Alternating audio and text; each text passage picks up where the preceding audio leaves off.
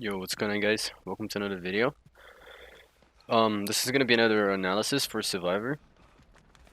Thought this was a really good match, so you know, probably have some good points I can cover here. Now, this is on during the that Hollow thing event, so I'm doing actually a Rift Challenger that I have to collect these serum things here. So I already found my plan, so I'm gonna do that first. Now, this is kind of basic, but it's really just the first point I can do here is really, you see, I'm having my camera pointing at him even though I'm not being chased. That was a like a fake right there.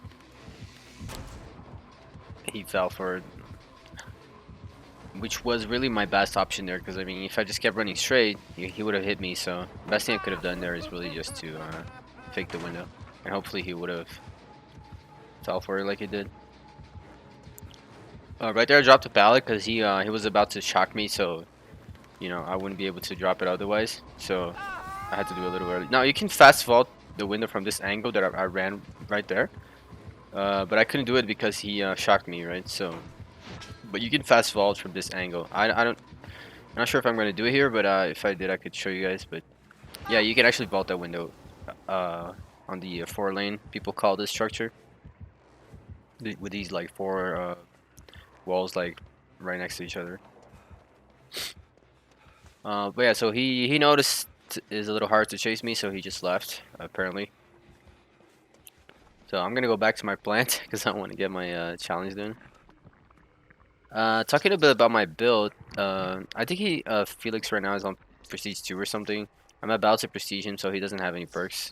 He's not like level 50 or anything like that. So I'm just using my I tried to make the closest I could to my like standard build for playing bub games, which is usually self cure. We're gonna live forever, dead hard for chases. Gonna live forever is really just for points, and self care is so I can heal. I can always be healed in order to get stacks easier. That's pretty much it. And also because it counters stealth killers quite well. So for those two reasons. Adrenaline there, I usually use Object of Obsession, but I don't have it on him, so I'm just gonna go with Adrenaline. So in case he's chasing me at the end, I can just heal myself. I don't know. Sometimes you can make some fun plays with Adrenaline as well if you have it. But I usually like to play with Object because I like to know where he is and I like him to chase me. So Object helps a little more with that. Now notice here I let my Madness 99.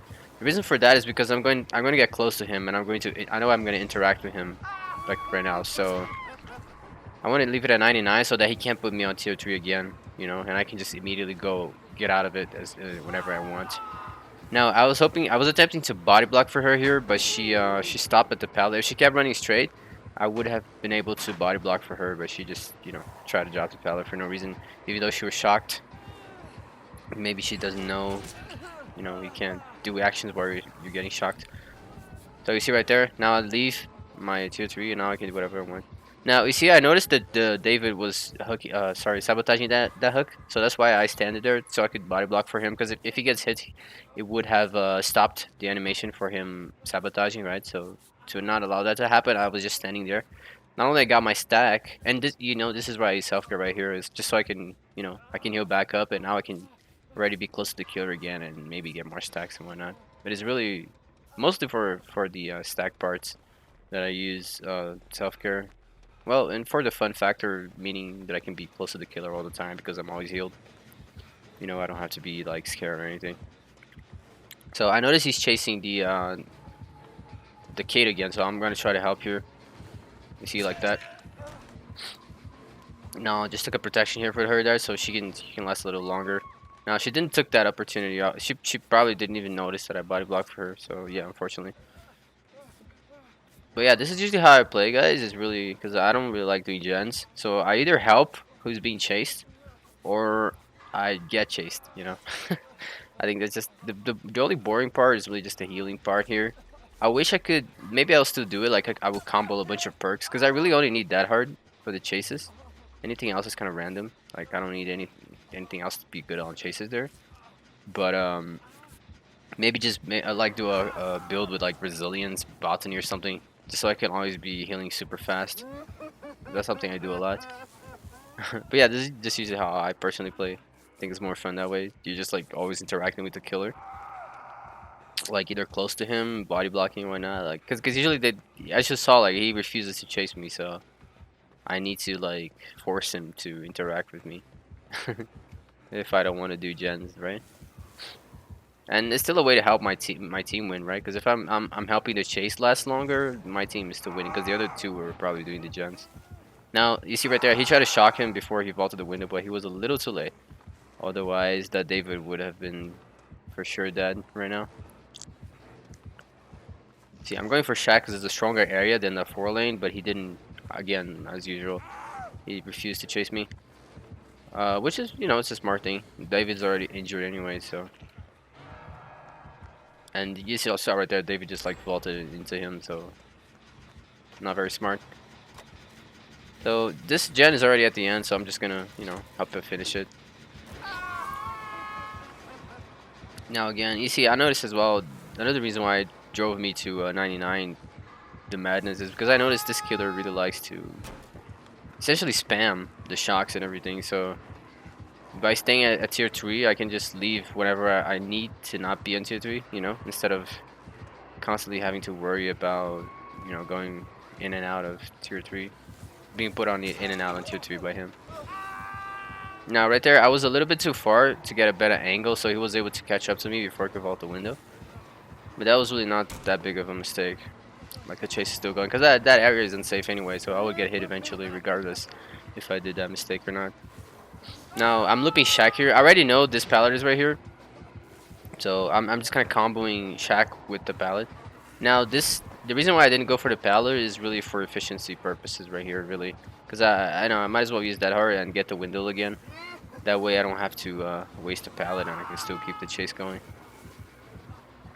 But like at any moment I can just go to that pallet right there. Now right here I was hoping he was gonna mind game and try to catch me on the other side of the window, but he actually did the reverse mind game, so that almost worked. But again, I already knew where the pallet was, so as soon as I saw him go back inside Shack, I already went straight for the pallet. I could have vaulted the window again as well if I wanted to. It would be a little more risky, but that was still an option there. And he again left me. And you noticed I did not waste a pallet because I did that play with the dead hard, so I could use the window instead a little earlier. So you see how it paid off right there. I was able to hold him for maybe a minute right there of chase time without really not wasting any pallets. So yeah, that's something you guys definitely want to try doing. Always use the windows as much as possible before, actually going for the pallet. Just keep in mind that he has bloodless, right? So if you just keep doing windows forever, you're gonna get hit eventually because he's gonna get so fast, and you really won't be able to loop him. Now, something you can do right there when they have overcharge, you can actually like tap the gen and the disco check will activate while you're running. So it's kind of fun to do, but it's something if you want to stop the gen from exploding, but you don't want to like stay there like holding the action button on it. That's something you can do. Just tap it, and you can still have the chance to stop the disco check. Now again, I was trying to body block again for David, but obviously he didn't notice that, and he just straight up ran away from the loop. When someone is trying to body block like this, you just want to be really predictable, because that gives the person that's trying to block a better chance, because he has to essentially anticipate your moves with the killer at the same time. So if you're just like running on a zigzag or something, it's really hard for the person that's trying to body block for you to take that hit. But if you're just running in a straight line, it's much easier. You're more predictable and whatnot. Which like that David just essentially did not allow me to body block him, because he just left the loop and ran away from me. So it was like there's nothing I could have done at that point. If he just kept running and looping the same structure, I could have just adjusted and ran behind him. So that way I would have been able to body block.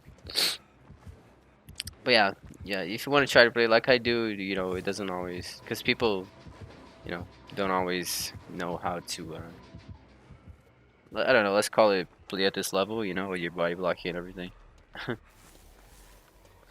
So again, he didn't want to chase me, which I can't blame him. That's in some scenarios you can't really blame him for not chasing me because I'm like near a really strong structure, or the situation of the game in general just doesn't call for him chasing me. You know, like right now, like the gens are almost done. If he were to chase me on that tractor right there, it would be GG. So in some scenarios, they're actually doing the right thing by not chasing me. Cause like the worst thing you can do is just commit to a 5 gen chase. You know, like. So I already knew that pallet was fake, so I already ran towards this window. I'm gonna do a fake here because I noticed this killer tries to mind game a little bit on these windows when I was watching him chase me earlier as well as the Cade. Now here I was my eye was looking to the right, so that's why I didn't see him coming from the left. It was a little bit of bad positioning with my camera there as well. But you know, you could still see him probably on the video, but I didn't because I was looking my eye on the screen was actually looking at the right side. Now this was a little interesting thing. My analog is a little messed up on my controller, so it sometimes makes me like when I'm running start walking, like stuttering. So I don't know if you noticed that, but that was what happened there. I was kind of stuttering a little bit, and that made me lose some speed, which allowed him to hit me on the pallet there. I could have also not dropped the pallet, and he would have probably missed the swing. So that was another alternative there as well. I just felt like taking the risk, but it didn't pay off. Like I was hoping he if he started to swing a little bit early sorry later, I would have gotten the stun before getting hit, but he actually did a super early swing, so it worked in his favor in the end. Now, like right now, what they should do is really just heal each other and come both of them together to save me, especially if they don't have borrowed time. But you know, David was just like I think it was the Kate, just took a free hit there, so it completely destroyed the strategy I just mentioned, and really any chances of unhooking me here, and I'm invisible. But yeah, try to 3% there because I mean the killer was far away. That was my best shot, but it didn't work out. But yeah, 3 escapes, it's all good. Usually someone always dies, right? Without that little mistake I did on the pad there, well, yeah, I guess you could call it a mistake. I don't know, maybe just bad luck. But when he hit me at the end there at the pallet, if I didn't get hit there, I could have probably looped him around that very same structure, and the others would have opened the door, and I could have just left with them. But yeah, it didn't happen. It's all good though. And he was actually using rad add-ons here, it seems. Yeah, guys, that's the video. Hope you guys could maybe spot something different there. You don't usually do in your gameplays. And see you guys in the next one. Take care.